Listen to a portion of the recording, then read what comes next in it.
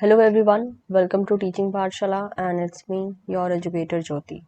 आज इस वीडियो में हम बात करने वाले हैं important topics for ICMR JRF। और ये टॉपिक जो हैं लगभग इस तरीके से कलेक्ट किए गए हैं जहाँ से मैक्सिमम क्वेश्चंस पूछे जाते हैं, ठीक है। बट ऐसा नहीं है कि सिर्फ यही टॉपिक आपको पढ़ने हैं। ये टॉपिक ऐसे हैं जहाँ पर आपको मेजर फोकस करना है। इसके अलावा जितना आप पढ़ सके उतना अच्छा होगा, क्योंकि कभी कभी ICMR में कुछ कुछ पोर्शन ऐसे भी इन्वॉल्व कर दिए जाते हैं जिसके बारे में कोई मेंशनिंग नहीं होती। जैसे कि कभी वेटनरी साइंस पूछ लिया जाता है, कभी इन्वायरमेंटल साइंस पूछा जाता है, कभी नहीं भी पूछा जाता है। मतलब इस टाइप से जो है पूरी की पूरी मतलब एक अनसर्टेनिटी जो है बनी रहती है, ठीक है। तो दिस इज व्हाट हैपन। तो सबसे पहले हम बात करते हैं कि इम्पॉर्टेंट टॉपिक्स ऑफ ICMR क्या हैं, एज वेल एज इनको जो है हम वन बाय वन करके हम देख लेते हैं। तो first of all history of microbiology. लगभग हर साल इससे एक क्वेश्चन, मिनिमम एक क्वेश्चन, मैक्सिमम 2 से 3 क्वेश्चन बन सकता है, जहाँ पे आपको मैक्सिमम ऐसे साइंटिस्ट के बारे में पूछा जाएगा जिनका रिलेशन कहीं ना कहीं किसी ना किसी माइक्रोबायोलॉजी से रिलेटेड डिस्कवरी से रहेगा। Next scientific phenomena. अब देखिए साइंटिफिक फिनोमेना मैंने नाम इसलिए दिया क्योंकि साइंटिफिक फिनोमेना का कोई लिमिट नहीं है, मतलब कि कहाँ से पूछा जा सकता है और कहाँ से नहीं, कुछ भी। स्काई ब्लू क्यों है, और शाम को सन जो है उसके चारों तरफ का एरिया रेडिश या फिर ऑरेंजिश क्यों दिखता है। इसके अलावा जैसे कि एक क्वेश्चन आया था कि हमें ग्रास ग्रीन क्यों नजर आती है, स्ट्रॉबेरी का कलर रेड क्यों होता है। मतलब there are so many reasons, हमारे आसपास ही बहुत से रीजंस हैं, उनके बेसिस पे साइंटिफिक फिनोमेना जो है आप रेडी कर सकते हैं। Next immunology. अब देख सकते हैं आप इम्यूनोलॉजी के लिए भी मैंने स्पेसिफिक नाम नहीं लिखा है, क्योंकि पूरा ही इम्यूनोलॉजी बहुत इंपॉर्टेंट है। लेकिन क्वेश्चन टफ नहीं आते हैं, I can assure you that question बिल्कुल भी टफ नहीं आते हैं। इम्यूनोलॉजी से बहुत बेसिक क्वेश्चन पूछे जाते हैं। इनफैक्ट अगर आप रेगुलर व्यूअर हैं टीचिंग पाठशाला यूट्यूब चैनल के, तो आपको पता होगा कि मेरी इम्यूनोलॉजी की सीरीज भी चल रही है। उस इम्यूनोलॉजी के सीरीज में अभी तक लगभग जो है 21 लेक्चर्स जा चुके हैं।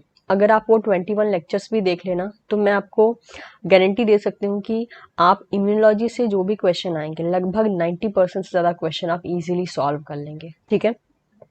तो इम्यूनोलॉजी से बहुत क्वेश्चन आते हैं ICMR में भी, तो मेक श्योर आप इसको रेडी कर लीजिएगा। नेक्स्ट आता है मेटल केमिस्ट्री। अब मेटल केमिस्ट्री से बहुत अलग अलग टाइप के क्वेश्चन आते हैं। वो जो है ये मेटल केमिस्ट्री से जो क्वेश्चन आते हैं वो इलेक्ट्रोनेगेटिविटी पे भी आ सकता है, कौन ज़्यादा इलेक्ट्रोनेगेटिव होता है, एज वेल एज मेटल की प्रॉपर्टी पे चला आता है, कौन गैसेस फॉर्म में पाया जा सकता है, कौन लिक्विड फॉर्म में पाया जा सकता है। इस टाइप के क्वेश्चन आते हैं, कौन से हेलोजन के फॉर्म में होता है, कौन सा नॉन मेटल है, कौन सा इनर्ट है। इस टाइप के क्वेश्चन जो है पूछे जा सकते हैं, क्योंकि थोड़ा बहुत केमिस्ट्री और फिजिक्स का जो बेसिक पार्ट होता है, जो कि हमारे 10th 11th और 12th का पार्ट है, वो सारा जो है मेनली पूछा जा सकता है। नेक्स्ट क्वेश्चन जो है पीरियोडिक टेबल से भी आ सकता है। अब पीरियोडिक टेबल से कैसे भी क्वेश्चन आ सकता है, like increasing order of acidity में अरेंज करने को, बेसिसिटी में, इलेक्ट्रोनेगेटिविटी के फॉर्म में, ऐसे क्वेश्चन आ सकते हैं। न्यूटन्स के लॉ पे क्वेश्चन आ सकता है, ठीक है। Latest as well as famous discovery जो हुई है उस पे भी क्वेश्चन पूछा जाता है। DNA RNA के बॉन्ड्स के बारे में, उनकी प्रॉपर्टी के बारे में, उनके बीच में क्या डिफरेंसेस हैं, कहाँ पे डिफरेंसेस हैं, इस पे क्वेश्चन आते हैं। ड्रग से रिलेटेड बहुत से क्वेश्चन आते हैं जो कि आपका फार्माकोलॉजी का पोर्शन हो जाता है।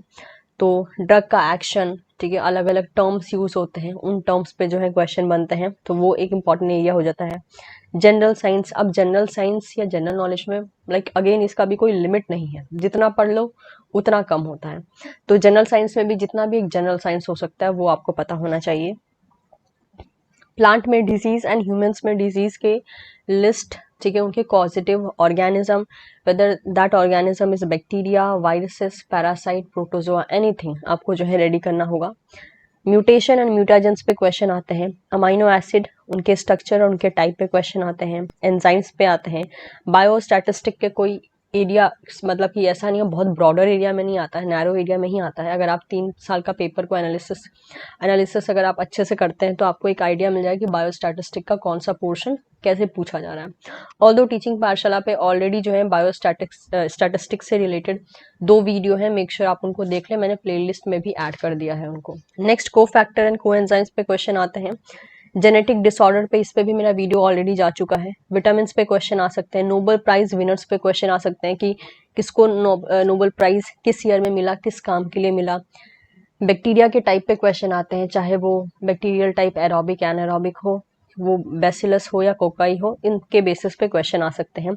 इंस्ट्रूमेंट जो होते हैं मेजरमेंट के लिए, ठीक है, चाहे वो किसी भी चीज को मेजर करना हो, चाहे प्रेशर को मेजर करना हो या ऑस्मोटिक प्रेशर को या समथिंग लाइक दैट, मतलब जितने भी मेजरमेंट के लिए इंस्ट्रूमेंट होते हैं उनके क्वेश्चन आ सकते हैं। ब्लड ग्रुप पे क्वेश्चन आते हैं, स्टरलाइजेशन टेक्निक पे क्वेश्चन आते हैं। इससे रिलेटेड वीडियो भी मेरा ऑलरेडी जा चुका है। इससे जिसके आगे मैं राइट लगा रही हूँ उन सभी पे जो है ऑलरेडी वीडियोज अवेलेबल है टीचिंग पाठशाला यूट्यूब चैनल पे, ठीक है। तो जिस जिस जगह पे मैंने राइट लगाया है इन सारे एरिया के सारे वीडियोस अवेलेबल है टीचिंग पाठशाला पे, तो मेक श्योर आप उनको देख लें। म्यूटेशन एंड म्यूटाजन पे भी अवेलेबल है, ठीक है। इतने सारे एरिया पे जो है अवेलेबल है। नेक्स्ट देखिए, टाइप ऑफ ट्रांसपोर्ट पे क्वेश्चन आते हैं। Cell cycle, cell signalling, antibiotics, medical microbiology, bio informatics पे क्वेश्चन आते हैं। बायो इन्फॉर्मेटिक्स पे मेनली डेटाबेसेस पे क्वेश्चन आ जाते हैं। ग्लैंड्स हो गए एंड हार्मोन्स हो गए, उन पे क्वेश्चन आते हैं। Digestion, human brain, ECG, planet और सन से रिलेटेड जो फैक्ट्स होते हैं जो कि मैंने जनरल साइंस में चले आते हैं, उनसे भी क्वेश्चन पूछा जाता है। वायरसेस के टाइप पे क्वेश्चन आते हैं। एंटीबायोटिक्स, ऑर्गेनेलीज, उनके फीचर्स एज वेल एज उनके फंक्शंस पे क्वेश्चन आते हैं। बायोलॉजिकल साइकिल, जिसे हम बायोलॉजिकल रिदम कहते हैं, उस पर भी क्वेश्चन देखा जाता है। यूनिट कन्वर्जन तक भी क्वेश्चन चले आते हैं, ठीक है। बायोकेमिस्ट्री के जो न्यूमेरिकल्स होते हैं जो कि बहुत ही ज्यादा एक बेसिक लेवल के न्यूमेरिकल्स है, लाइक मोल कंसेप्ट हो गया, पीएच को चेंज करना हो गया, इन पे क्वेश्चन आता है। Vitamin as well as protein की डेफिशिएंसी पे भी क्वेश्चन देखा जाता है। ट्रांसपोजोन्स हो गया, वैक्सीन के टाइप हो गए, कौन से टाइप का वैक्सीन किस डिजीज में यूज किया जाता है, ये भी ऐसे भी क्वेश्चन आते हैं। फोटोसिंथेसिस से क्वेश्चन आता है। रिस्ट्रिक्शन एंजाइम पे आता है। गैमीटोजेनेसिस, ग्रीन हाउस में कौन कौन से गैसेस पार्टिसिपेट करते हैं, उससे भी क्वेश्चन आता है। लैकोपेरॉन हो गया, रेप्लिकेशन, ट्रांसक्रिप्शन, ट्रांसलेशन, इनको बहुत ज्यादा डिटेल में नहीं पढ़ना है, इनके सबके बेसिक्स पढ़ने हैं और जो एरिया याद रखने वाला है उन सब पे से फोकस करना है। बहुत ज्यादा डिटेल में या डीप बेसिस पे नहीं पढ़ना है इन टॉपिक को। डीएनए मिथाइलेशन पे क्वेश्चन आते हैं। इसके अलावा डबल फर्टिलाइजेशन जो आपको प्लांट में देखने को मिलता है, वो पोस्ट ट्रांसलेशनल मॉडिफिकेशन पे भी क्वेश्चन आते हैं। प्लाज्मिड वेक्टर टाइप पे क्वेश्चन देखा गया है। यूवी रेडिएशन के फीचर्स पे क्वेश्चन आते हैं। इलेक्ट्रोफोर्सेस, पीसीआर, ट्रांसफॉर्मेशन, वेक्टर साइज, इन सब पे क्वेश्चंस देखे गए हैं। माइक्रोबियल न्यूट्रिशन पे क्वेश्चन आते हैं। फंगस के नेम एज वेल एज उनकी प्रॉपर्टी कि मतलब कौन सी स्पेसिफिक प्रॉपर्टी वो शो करते हैं, क्या नाम है उनका, ठीक है। और एज वेल एज उनसे रिलेटेड डिजीज पे भी क्वेश्चन देखे गए हैं। पॉलीप्लॉइडी के जितने भी कंडीशन है आपको वो रेडी कर लेना है। ह्यूमन जीनोम पे भी बेसिक मेमोरी बेस्ड फैक्ट्स पे क्वेश्चन आते हैं। क्रॉसिंग ओवर पे भी as well as oxidation of fatty acid. तो ये तो मैंने कुछ एक आध टॉपिक हैं जो कि आपको बताए हैं।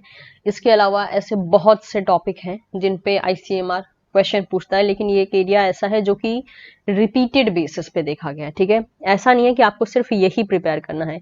ये एरिया मैंने इसलिए बोला है क्योंकि यहाँ से रिपीटेड, ठीक है, रिपीटेड क्वेश्चन आए हैं, इसलिए इन एरिया को मैंने इंपॉर्टेंट कंसीडर किया है। लगभग क्योंकि 3 साल का पेपर ही अवेलेबल है ऑनलाइन, लगभग 2 बार, मतलब लगभग जो है 2 बार के पेपर में इन टॉपिक से क्वेश्चन आ चुके हैं, यानी समहाउ वो रेगुलर बेसिस पे कंसीडर करते हैं। और इतना ही नहीं, 2018 से पेपर आ रहा है। मैंने जो है 2017 का भी पेपर दिया था जो कि क्वेश्चन पेपर भी वो ले लेते थे, तो उनमें भी आने वाले क्वेश्चन लगभग इसी पार्ट से हुआ करते थे, कुछ खास डिफरेंस है नहीं।